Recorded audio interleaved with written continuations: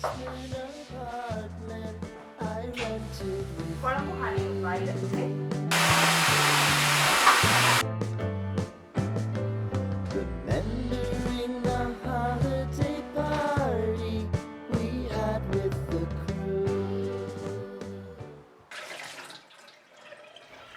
Friends, good morning. இன்றைக்கி எங்கள் வீட்டில் நான் மாங்குன்னு க்ளீன் பண்ணுறது தான் நீங்கள் பார்க்க போகிறீங்க. Fresh morning, fresh vibes. Let's get started.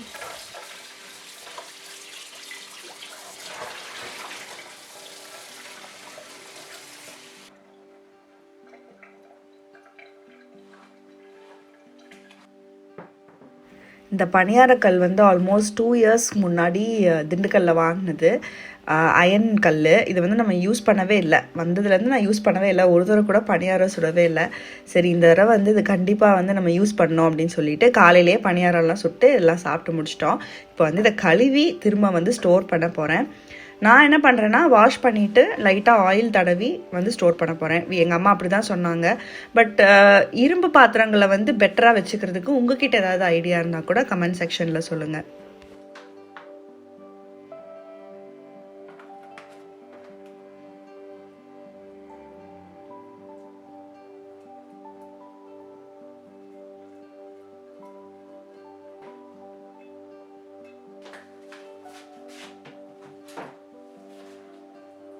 என் பையன் ஸ்கூலுக்கு கிளம்பி போனதுக்கப்புறம் நம்ம வந்து இப்போ ஃபாஸ்ட்டாக எல்லா வேலையும் முடிக்கணும், ப்ரொடக்டிவாக இருக்கணும் அப்படின்னு எப்போவுமே தோணாது.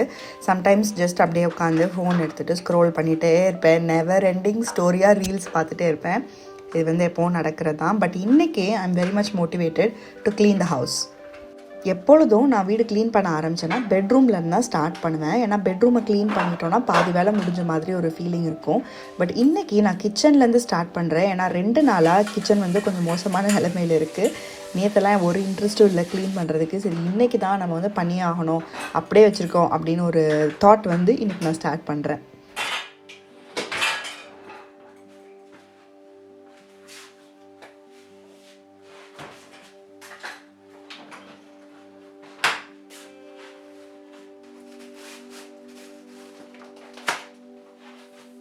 இந்த கிச்சன் டாப்புக்கு பேரலாக பாருங்கள், அந்த செவுத்தில் வந்து ஸ்டிக்கர் ஒட்டியிருக்கேன் இல்லையா, அது வந்து பாதி ஸ்டார்ட் பண்ணேன், இன்னும் அதை முடிக்கல. அதை முடிக்கிறதுக்கான ஒரு மோட்டிவேஷனே வரல. அது மிச்சத்தை என்றைக்கு ஒட்டி நான் முடிக்க போகிறேன்னு எனக்கே தெரியல.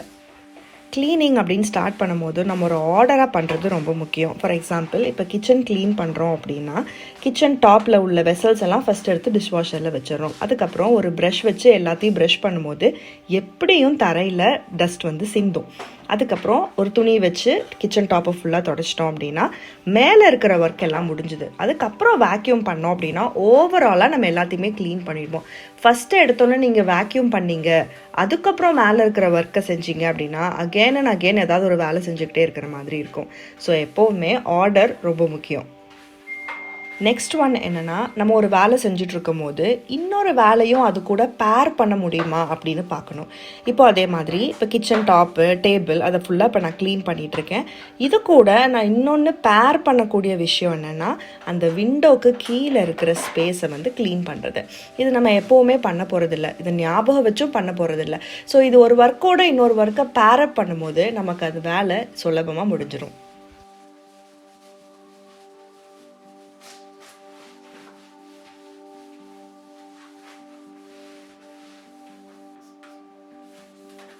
சிமிலர்லி இந்த கபோர்டோட வெளியே இருக்கிற இடங்கள்லாம் துடைக்கிறது. இது எப்போவுமே நான் சமைக்கும் போது அந்த இடத்துல ஏதாவது ஒரு டஸ்ட் வந்து சிந்திக்கிட்டே இருக்கும். உப்பு படும், இல்லை சர்க்கரை போடும்போது சர்க்கரை வந்து ஸ்ப்ரெட் ஆகிருக்கும், அது மாவு கூட ஸ்ப்ரெட் ஆகிருக்கும். ஸோ இது வந்து விஷுவலாக எனக்கு இந்த கிச்சனில் நல்லா தெரியுது, ஏன்னா அந்த கபோர்டெல்லாம் பிளாக் கலரில் இருக்கிறதுனால. ஸோ எப்போதுமே நான் அதை க்ளீன் பண்ணும்போது இதையும் ஒரு தொடச்சி விட்டுருவேன். 2 நிமிஷம் கூட ஆகாது.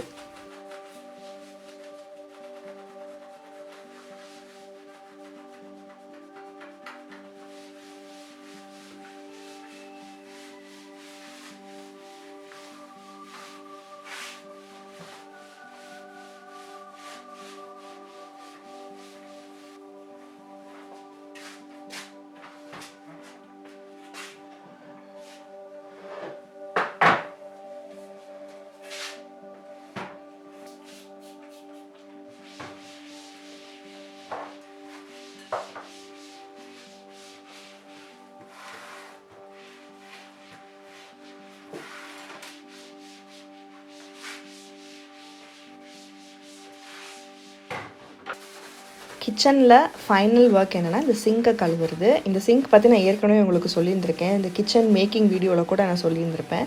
எனக்கு இந்த சிங்க் வந்து அவ்வளோவா பிடிக்கல. ஏன்னா ரொம்ப சின்ன சிங்க்கு, நிறையா பாத்திரங்கள் வச்சுலாம் அது யூஸ் பண்ண முடியாது.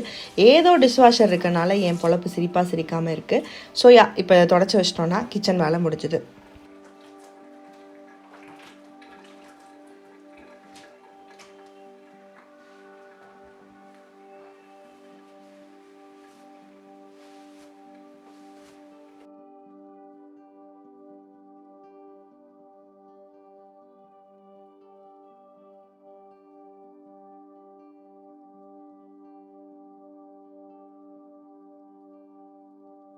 அப் நெக்ஸ்ட் என்னோடய ஃபேவரட் பிளேஸ் பெட்ரூம். ஏன் இந்த ஃபேவரட்னு சொல்கிறேன்னா, ஈஸி க்ளீன் பண்ணுறதுக்கு பெட்ஷீட்ஸ் அண்ட் பெட் கவர்ஸ் மட்டும் மாற்றி வச்சிட்டா போதும். பெட்ரூம் அப்படியே பல்லன்னு மின்ன ஆரம்பிச்சிடும்.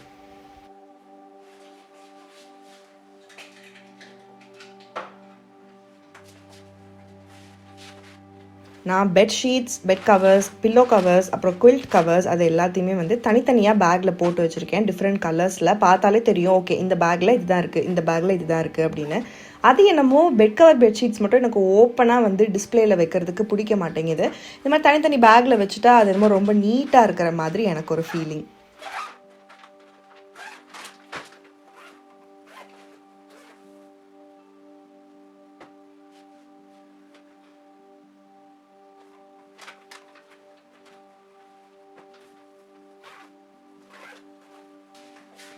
இந்த வாரம் மெயின் பெட்ரூமோட பெட் கவர், பெட்ஷீட்ஸ், தலகாணி கவர் எல்லாத்தையும் வாஷ் பண்ணுற டே. ஸோ இன்றைக்கி நான் அது எல்லாத்தையுமே வெளியே எடுத்துகிட்டு புது பெட் கவர் அண்ட் பெட்ஷீட்ஸ் போட போகிறேன்.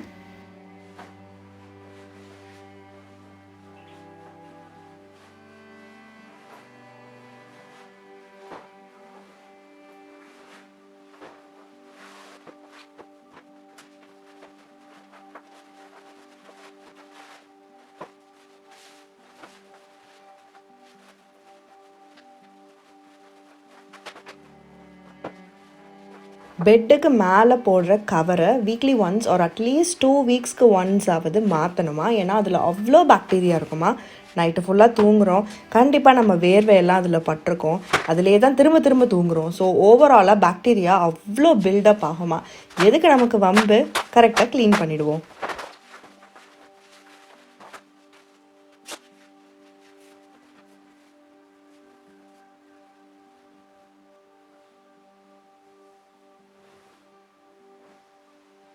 நான் ஜெர்மனிக்கு வந்ததுக்கப்புறம் தான் இந்த மாதிரி எலாஸ்டிக் பெட் கவர்ஸ் வந்து யூஸ் பண்ண ஆரம்பிச்சிருக்கேன். இது ரொம்ப சூப்பராக இருக்குது.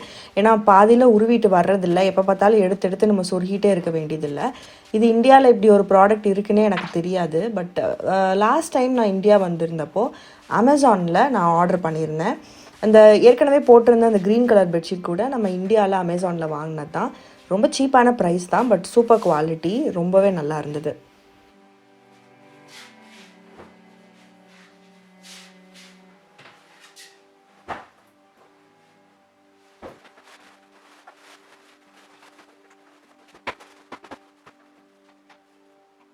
இது ரொம்ப ஈஸியான வேலைன்னு சொன்னேன்ல, ஆனால் பார்க்குறதுக்கு அப்படி தெரியல.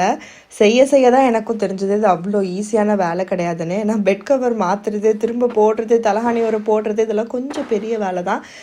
அட் லாஸ்ட் மினிட் எனக்கு அப்படியே அம்பா சாமி என்னை விடுங்கப்பா அப்படிங்கிற அளவுக்கு டயர்ட் ஆயிடுச்சு.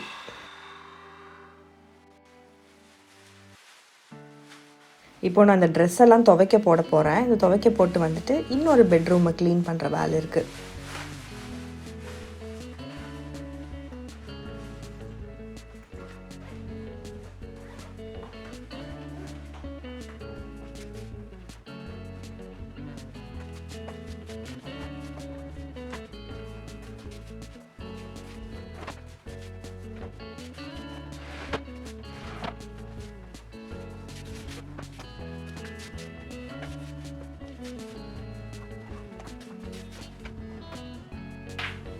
அவ்வளோதான், டைம் 1 மணி ஆயிடுச்சு. நான் இந்த வேலையெல்லாம் செஞ்சு முடிக்கிறதுக்குள்ளே. இப்போ நான் வந்து ஆதின் குட்டியை பிக்கப் பண்ண போகிறேன்.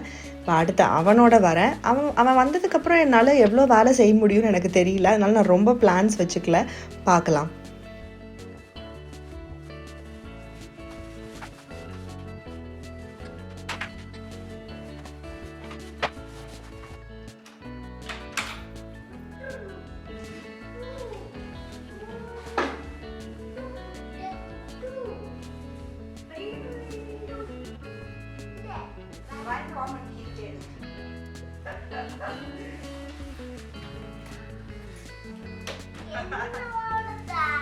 உன்னோடது இல்ல, அம்மாது.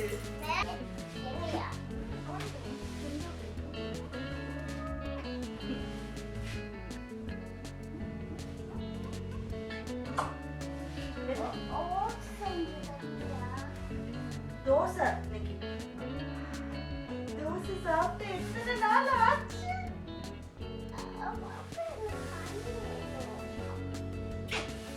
குழம்பும் ஹனியும் ஃப்ரைட். ஓகே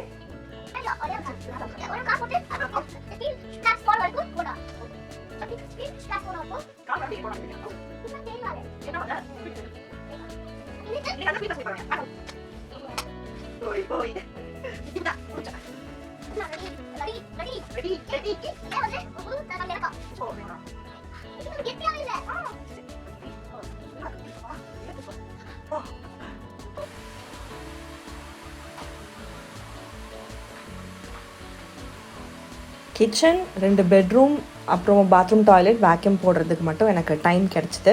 ஆதின் அலோவ் பண்ணிட்டான். ஸோ நான் வந்து வேக்யூம் க்ளீனிங் வேலையை ஸ்டார்ட் பண்ணிட்டேன். இன்றைக்கி நான் பிளான் பண்ணது கூட என்டையர் ஹவுஸ் தான் பிளான் பண்ணேன். பட் என்னால் முடியல. எனக்கு இருந்த டைமுக்குள்ளே பெட்ரூம் அண்ட் கிச்சன் மட்டும்தான் என்னால் இன்றைக்கி க்ளீன் பண்ண முடிஞ்சுது. So it's okay, it's fine. நம்மளால் எவ்வளோ முடியுதோ அதுதான் நம்மளால் செய்ய முடியும். இப்போ நான் ரீசன்ட் டைம்ஸாக நான் ரொம்ப யோசிக்கிறது என்னென்னா, I shouldn't be so hard on my self. நம்ம இது ஒரு பிளான் பண்ணோம், நம்ம முடிக்கல, இது முடிச்சே ஆகணும் அப்படின்னு போட்டு நான் என்னையவே ரொம்ப ஃபோர்ஸ் பண்ணிக்கிறது இல்லை. அம்மா அப்படின்னு வந்துட்டால் நமக்கு பல விதமான ரெஸ்பான்சிபிலிட்டிஸ் இருக்கும்.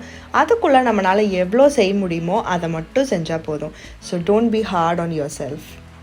அந்த ஹால்வேயை க்ளீன் பண்ணுறதுக்கு மட்டும் ஆதின் வந்து எனக்கு ஹெல்ப் பண்ணிகிட்டு இருந்தான். கஷ்டப்பட்டு அவனும் க்ளீன் பண்ணான். அப்புறம் திடீர்னு என்ன யோசிச்சானோ தெரில, ப்ளே ரூமில் எனக்கு வேலை இருக்குது அப்படின்னு சொல்லிட்டு அங்கே ஓடிட்டான். ஸோ நமக்கு இதான் சான்ஸ்ன்னு சொல்லிட்டு வேக்யூம் க்ளீனர் எடுத்துகிட்டு கிச்சனை ஃபுல்லாக நான் க்ளீன் பண்ணி முடிச்சிட்டேன்.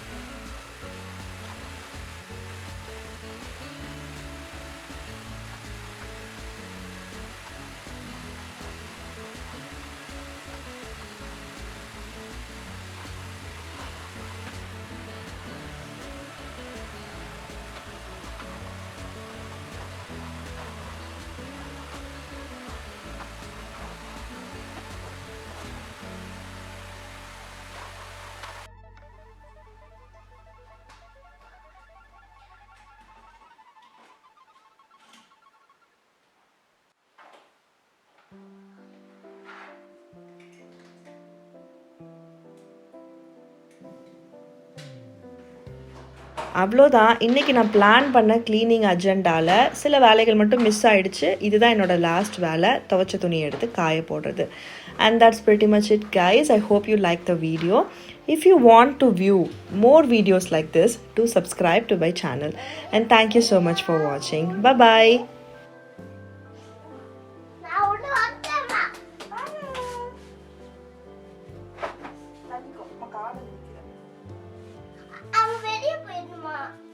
தள்ளிக்கோடா, துணி காய போடணும்டா.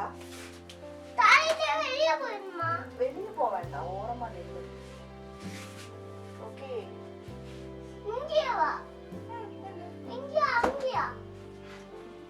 ஏன்டா இவ்வளவு சிரமம் கேக்குற? அப்ப அங்கேயே இருக்கணும்.